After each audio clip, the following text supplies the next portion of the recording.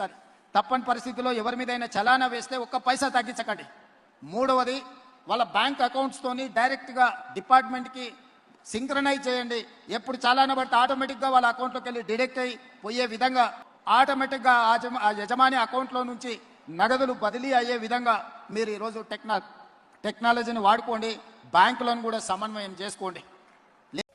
ఈరోజు ముఖ్యమంత్రి రేవంత్ రెడ్డి గారు ట్రాఫిక్ చలాన్ల మీద ఒక పెద్ద అనౌన్స్మెంట్ చేసిండు. ఏంటంటే ఎవరైనా ట్రాఫిక్ ఉల్లంఘనకు పాల్పడితే వాళ్ళ మీద ఇమీడియట్గా చలానా జనరేట్ చేసి వారి అకౌంట్ నుంచి ఎంత జనరేట్ అయిందో అంత అమౌంట్ డెబిట్ అయ్యే విధంగా, ప్రభుత్వ ఖజానాలోకి ఆ డబ్బులు వచ్చే విధంగా చర్యలు తీసుకునే విధంగా పోలీస్ డిపార్ట్మెంట్కు సూచన చేసిండు.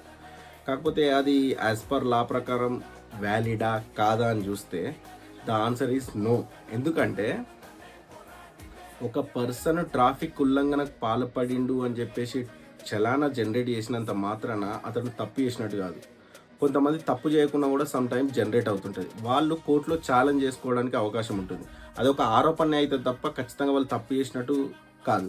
కొంతమంది సొంతంగా యాజ్ పర్ సెక్షన్ 200 ప్రకారం స్వచ్ఛందంగా ఫైన్ చెల్లించవచ్చు, అది వేరు. అది కాకుండా కొంతమంది తప్పు చేయకుండా కూడా వాళ్ళ మీద జనరేట్ అయితే వాళ్ళు కోర్టులో ఛాలెంజ్ చేసుకోవడానికి అవకాశం ఉంటుంది.